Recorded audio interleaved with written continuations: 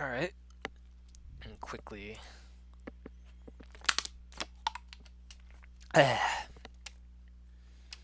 Awesome. Alright, so before we start, I just came back about an hour ago from watching the new Pokemon movie because I have nothing better to do with my night.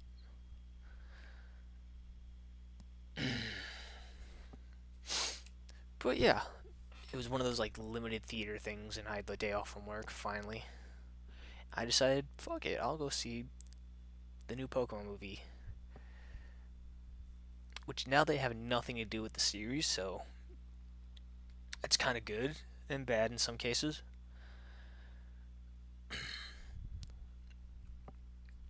Overall, not the worst $15 for a ticket. Yeah, it's like $15 plus the convenience fee because I had to pay. I paid online, but yeah, it was all right. Fuck, what was I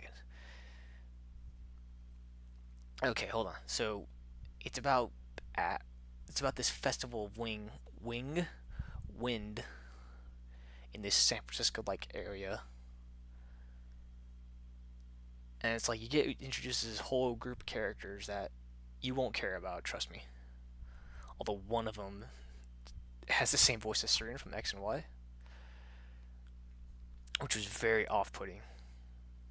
Speaking of, I guess I should say, I'm not the I'm not the most nostalgic for Pokemon. I just kind of I mean, I've watched the show. I've watched all of the XY anime on Netflix. It's on aside from the two movies. I haven't played many of the games. I think about played some of Y. I've played all through Alpha, most of Alpha Sapphire, and I'm playing through Y. Haven't touched Sun or Moon or Ultra, but with the Twitch Pokemon Marathon and all that, I've kind of had re a new renewed interest and yeah, renewed interest for Pokemon. So I mean, I have grown up with this a little bit, but I'm not a I don't have nostalgia goggles. I don't wear nostalgia goggles when it comes to this franchise.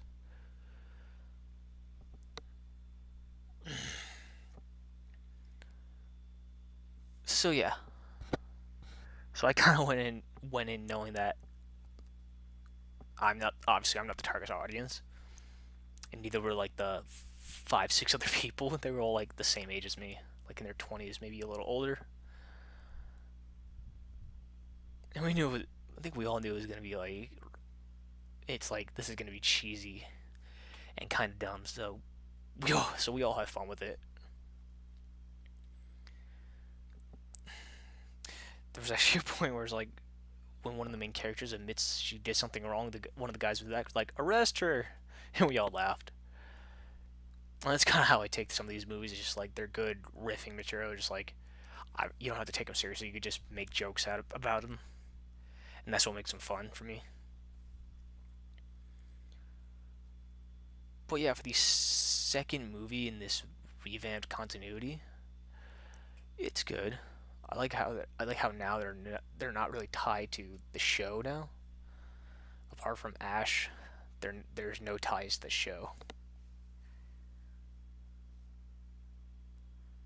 But anyway, shit happens. Like a capsule explodes and spread toxic smoke or okay, not air quote toxic and infests like this San Francisco like city. And just like that, it's like okay, we gotta save them. That's like oh shit, what is that like? The movie's not that long. It's like an hour and a half. I'm trying to think, is like was that like almost halfway through or halfway through? It was something like that where like halfway through it's like okay now there's a conflict. The whole movie does seem a little rushed. It's like okay, here are the characters. Here's shit that happens. It's just like it's just like they have to introduce all the characters, introduce them to one another, and then there's a conflict. So the whole time it's just kind of like I mean I could follow it, but it's like Maybe it's because I was paying it. Maybe it's my fault for paying attention, but it's kind of like I could follow all of it. So it's my fault for kind of seeing the flaws, or not. I don't know.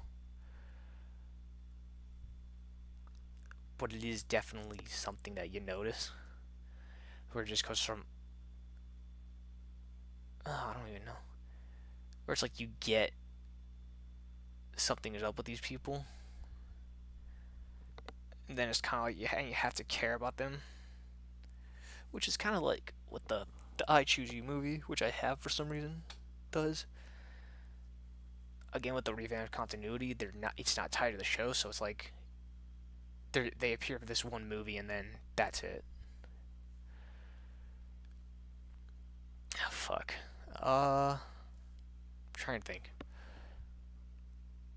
It's not the. I mean, like all the Pokemon movies, they're not the greatest thing ever, and the show, and obviously the show itself isn't nothing like sing praises about from time to time, but it's pretty. There was heavy use of CG, but it's like I think it was like towards the end, I was like, was this how much of this was hand drawn or air quote hand drawn? Because I know Pokemon, all the animation is digital now, so I know not technically hand drawn, but it is like there might have been more 2D animation than I thought, or I'm giving this movie way too much credit, which is probably true.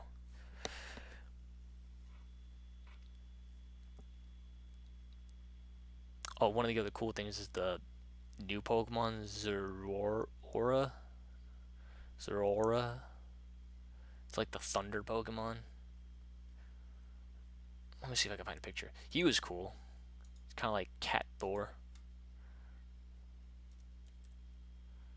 Let's see if I can find a picture real quick. I don't even know how to pronounce it, so.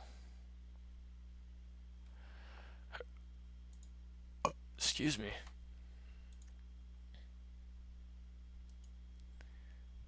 But yeah, he was really cool.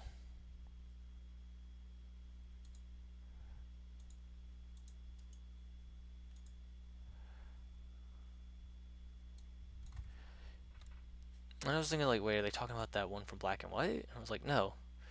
Because this guy has been introduced into the trading card game, and he's important now.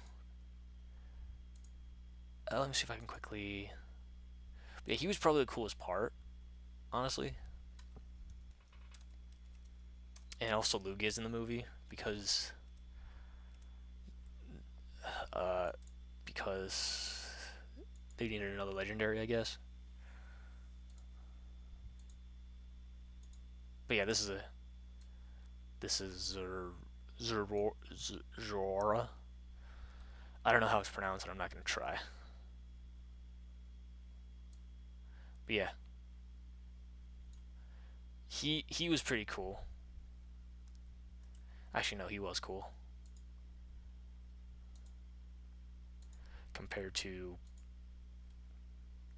everyone else. Which is like, by the way, the Pokemon. It's like I don't think I saw anything past Gen 3. I think. Like I'm trying to.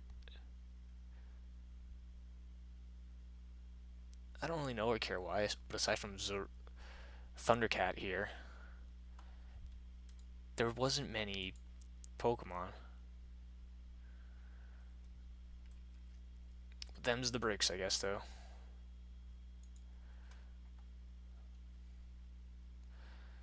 But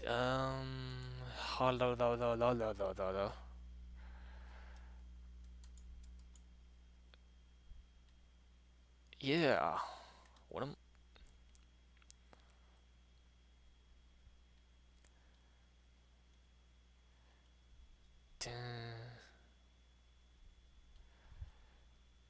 Mm, crap. I keep losing my train of thought. This is my fault. Oh, but yeah, it's nothing. The Pokemon movies were never anything special unless you really enjoy them. The cast, aside from like the highlight hair chick with Haven Pastel or whatever her name is, voicing her, which is really distracting because after binging the XY series, Pastel.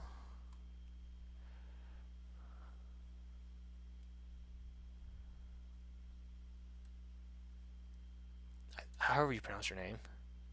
She she uses the same voice for that character, whatever her name was, and it's kind of distracting to hear Serena's voice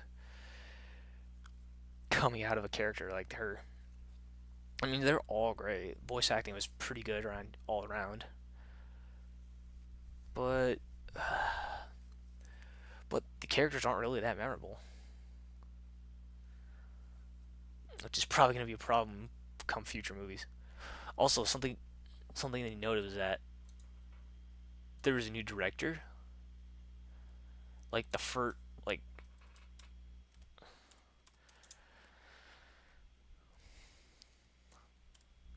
it was. They got a new director for this movie, so I have no idea how to pronounce his name, so I'm gonna try, and I'm gonna horribly butcher it.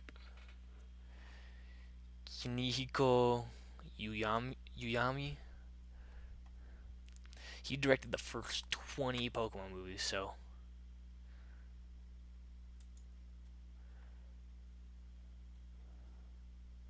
he has some. So he has some.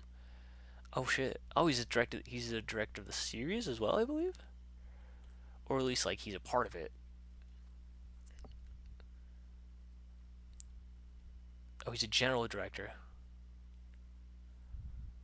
for like the OVAs and whatnot. But yeah, he's directed like all the movies until the 20th one. So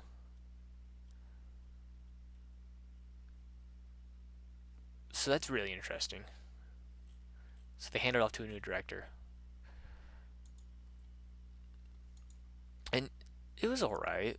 It's clearly like it clearly shows that the movies are heading in their own direction now, which will be a nice change of pace. Because who wants to watch an hour and a half of the Sun and Moon anime? Which no one is gonna get over, I think.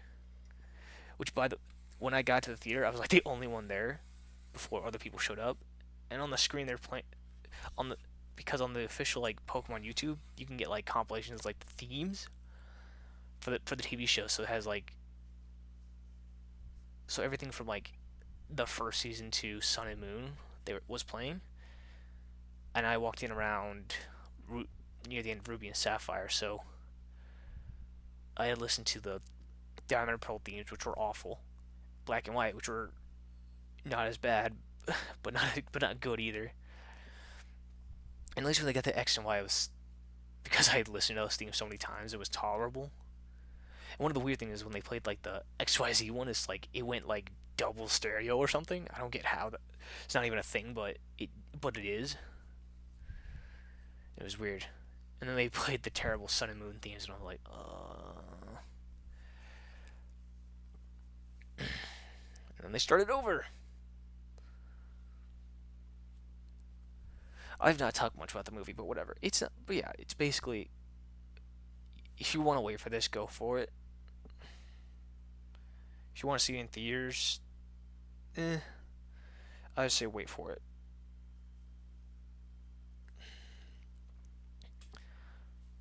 I don't know. I'll probably see this again at some point, but I don't know when. So, yeah, Power of Us.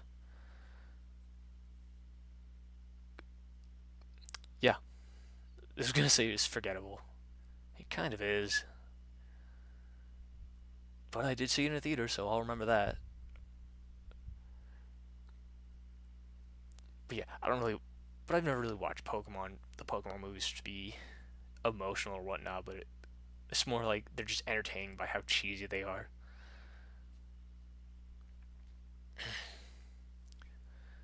So yeah, I wonder what the next one was gonna have. But I'll probably watch this again somewhere down the line. So without further ado, let's get to Spider-Man, shall we?